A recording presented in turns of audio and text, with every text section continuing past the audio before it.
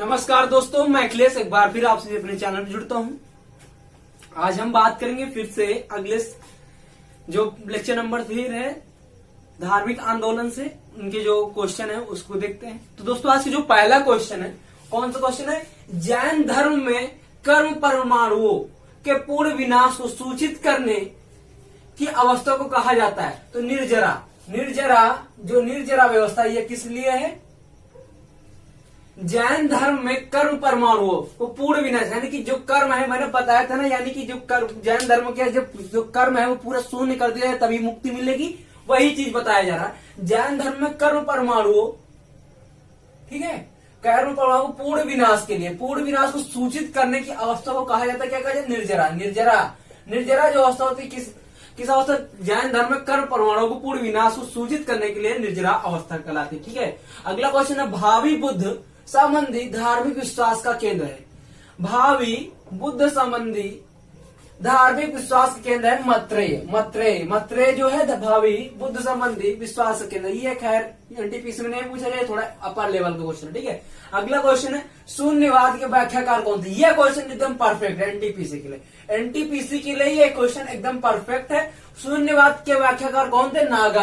नागार्जुन शून्यवाद के व्याख्याकार थे। ठीक, अगला क्वेश्चन विष्णु के किस अवतार को समुद्र से, ध्यान दीजिएगा, समुद्र से पृथ्वी का उद्धार अंकित किया? तो वराह है, मत्स्य न लगा देना, बहुत से लोग मत्स्य लगा, ऑप्शन में मत्स्य भी मिलेगा मत्स्य, लेकिन मत्स्य नहीं है भैया, वराह है। ध्यान दिए, यहाँ पूछा कि समुद्र से पृथ्वी के उद्धार अंकित है वराह में। ठीक है, यानी वराह जो चिन्ह है वो इसी में है। ठीक है, विष्णु के किस अवतार को समुद्र से पृथ्वी का उद्धार अंकित वराह में। ठीक है, अगला क्वेश्चन है कौन वीर शैव धर्म, ध्यान दीजिएगा, कौन वीर शैव धर्म के व्याख्याता है? तो बसव जो है शैव धर्म वीर से, कौन वीर शैव धर्म के व्याख्याता? तो बसव है।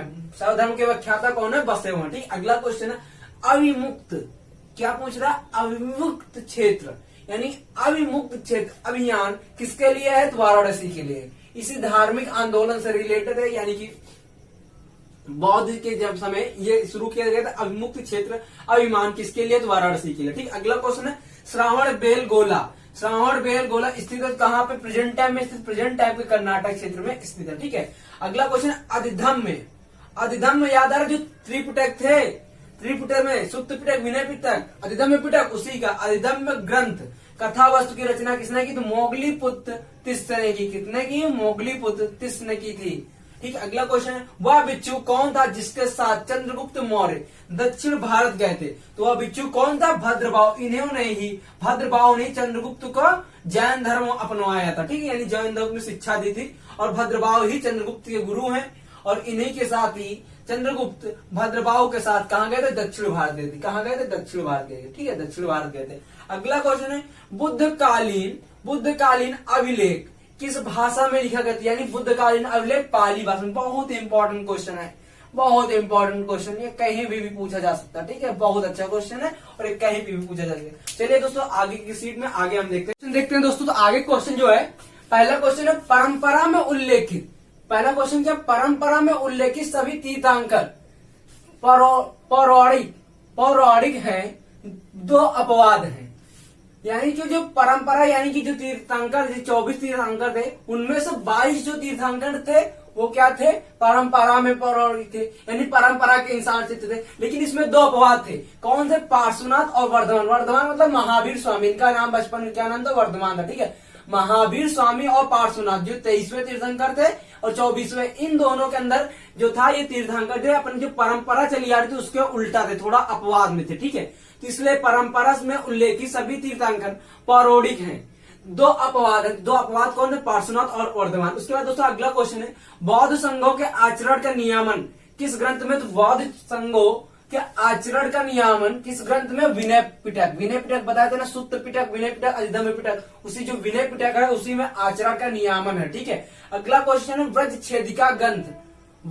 छेदिका ग्रंथ किससे संबंधित? तो महायान और हीनयान। महायान ऐसा यान बताया था ना, बौद्ध संगीत में बढ़ जाते हैं। ठीक है, तो महायान जो ईश्वर को, बौद्ध को ईश्वर मानते, और हीनयान जो बौद्ध को एक साधारण मनुष्य मानते, यानी कि एक अच्छा मानव मानते, यानी बुद्ध मानव मानते। ठीक है, तो महायान जो बुद्ध को क्या देवता मानते हैं। ठीक है, तो ब्रज छेदिका ग्रंथ किससे संबंधित है? महायान से। अगला क्वेश्चन है भागवत धर्म का पहला यूनानी था तो हेलियोडोरस। कौन था? हेलियोडोरस। अगला क्वेश्चन है जिस जैन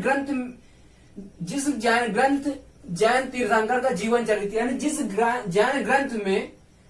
जैन ग्रंथ में जैन तीर्थंकर का जीवन चरित्र, जीवन के बारे में बताया कि वो कौन सा है? तो भगवती सूत्र। कौन सा? भगवती सूत्र में जैन ग्रंथ के जैन तीर्थंकरों के बारे में जीवन चरित्र का विस्तृत वर्णन किया गया, तो भगवती सूत्र। अगला क्वेश्चन है वैशाली में हुई दूसरी बौद्ध संगीत। वैशाली में हुई दूसरी बौद्ध संगीत, बौद्ध धर्म विभक्त हो गया तो दो भागों में। कौन था? स्थाविर और महासंदिग्ध। अब जानते हैं स्थाविर और महासंदिग्ध कहलाते, ये दो भागों में बढ़ तो गए, लेकिन है कौन थे? देखो बौद्ध धर्म क्या हो गया? आपस द्वितीय बौद्ध संगीत में मतभेद हो गया। स्थाविर महासंदिग्ध के बारे में जान लेंगे, उसके बाद स्थाविर उसका जस्ट अपोजिट होगा। महासंदिग्ध वो थे जो खाना खाने जैसे दोपहर खाना, उसके बाद आराम करेंगे यानी बिस्तर लेंगे, और उसके बाद लेन देन में यानी कि जिसे किसी से दान जो देगा उसमें सोना लेन दे सकते हैं, आराम थोड़ा, यानी कि खाने के बाद छाछ पीना, ताड़ी पीना, गद्देदार बिस्तर का यूज करना, ये क्या कह रहा है? महासंदिग्ध कहलाए। और स्थाविर जो थे इन्होंने कहा ये सब बेकार है, ये हमारे जीवन के लिए यानी कि तीर्थंकर बौद्ध के जो गुरु हैं यानी बौद्ध के शिष्य हैं उनके लिए बेकार थे। स्थाविर क्या थे? इसका जस्ट अपोजिट थे। बौद्ध संदिग्ध जो थोड़ा आशा आराम की जिंदगी चाहते थे, और स्थाविर जो थे इसको जस्ट अपोजिट थे। ठीक है, तो ये दो कॉन्सेप्ट आप समझ सकते हैं। उसके बाद दोस्तों अगला क्वेश्चन, भागवत धर्म का पहला अभिलेखी पुराण। भागवत धर्म का पहला अभिलेखी पुराण कहाँ किससे संबंधित? हेलियोडोरस के बेसनगर अभिलेख से है। जो भागवत धर्म का पहला अभिलेखी पुराण कहाँ मिलता है? तो हेलियोडोरस के बेसनगर अभिलेख से। कहां से? बेसनगर। हेलियोडोरस के बेसनगर अभिलेख से भागवत धर्म का पहला अभिलेखी पुराण मिलता है। अगला क्वेश्चन है भागवत धर्म का उदय यमुना नदी के चारों ओर मथुरा जिले में। भागवत धर्म का उदय यमुना नदी के चारों ओर भागवत जिले के होने का साक्ष्य मिलते हैं। किसमें? मेगास्थनीज के विवरण में। मेगास्थनीज जो विवरण देते हैं उसमें बताया गया कि भागवत धर्म का उदय जो है यमुना नदी के किनारे। अब एक क्वेश्चन और बनेगा, भागवत धर्म का उदय किस नदी के किनारे हो? तो यमुना नदी के किनारे, ये क्वेश्चन। और किस जिले के आसपास हुआ? तो मथुरा जिले के होने के साक्ष्य मिलते हैं। किसने बताया? तो मेगास्थनीज ने अपने विवरण में बताया। ठीक है, मेगास्थनीज की जो पुस्तक थी उसमें बताया। अगला क्वेश्चन है दूसरी जैन सभा कहाँ हुई? तो दूसरी जैन सभा वल्लभी में हुई। कहाँ हुई? वल्लभी में हुई। उसके बाद दोस्तों अगला क्वेश्चन है प्राचीन शैव संप्रदाय है।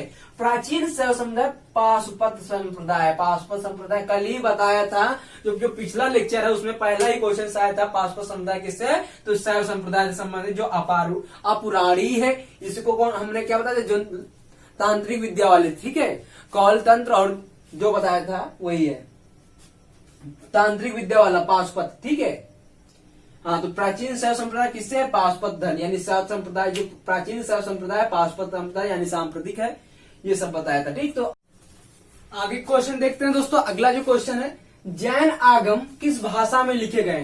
तो जैन आगम किस भाषा? मगधी भाषा में लिखे गए। लेकिन एक चीज बताओ, आगम याद आ रहा है ना? क्या आगम समझ में आ रहा है ना? क्या आगम वही जो जैन धर्म, पहला क्वेश्चन इसके पहले वाली जो धार्मिक आंदोलन का दूसरा लेक्चर है उसमें बताया गया आगम किसको कहते? जैन ग्रंथों क्या कहते हैं? आगम कहते हैं। यानी कि जो जैन ग्रंथ है उनको हम क्या कहते हैं? आगम कहते हैं। यहाँ पे अब आगम आ गया। अब देखो ग्रंथ नहीं आया है, अब क्या है? अगर यहाँ यही क्वेश्चन ऐसे होगा, जैन ग्रंथ किस भाषा में लिखे गए? तो मगधी भाषा में। जैन आगम किस भाषा में लिखे? तो मगधी। क्योंकि आगम बराबर क्या होता है?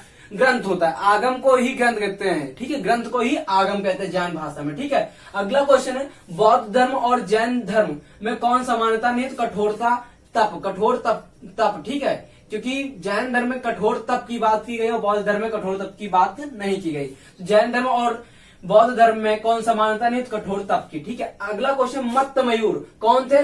मत्त मयूर शैव अनुयायी थे। ठीक है, कौन थे? शैव अनुयायी थे मत्त मयूर। ठीक है, अगला क्वेश्चन है बौद्ध धर्म की किस शाखा में अनात्म कौन सा? अनात्म।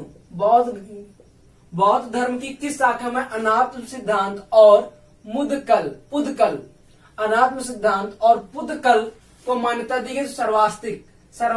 फिर से क्वेश्चन को सुनिए, बौद्ध धर्म की किस शाखा में अनात्म सिद्धांत और पुदकल को मान्यता दी गई? सर्वास्तिक में। किसमें दी गई? सर्वास्तिक में। अगला क्वेश्चन है कौन वृषभवीर नहीं है? कौन वैष्णवीर है? ये सांब वैष्णवीर नहीं, ये आपके एनटीपीसी में नहीं आएगा, ठीक है। यूपी जेल वार्डन में ये सब क्वेश्चन नहीं आएंगे, ये बहुत ऊपर का लेवल होगा, ये नहीं आएगा। फिर भी मैं आपके ज्ञान के लिए, आपकी नॉलेज के लिए, कभी अभी आप यूपी पीसीएस स्टेज का कोई यूपी ट्रिपल एससी का एग्जाम देंगे तो आपके लिए तब ये पूछा जाएगा, ठीक है। अगला क्वेश्चन है, जैन धर्म के अनुसार जगत निर्माण में कौन तत्व आवश्यक नहीं है? तो अविद्या। अच्छा, आवश्यक कौन है? काल है, आकाश है, ये सब क्या है? आवश्यक है। जैन धर्म के अनुसार जगत निर्माण में जैसे काल हो गया, ठीक है, आकाश हो गया, ये सब आवश्यक है। लेकिन अविद्या वास्तव में कहाँ आवश्यक है, ठीक है।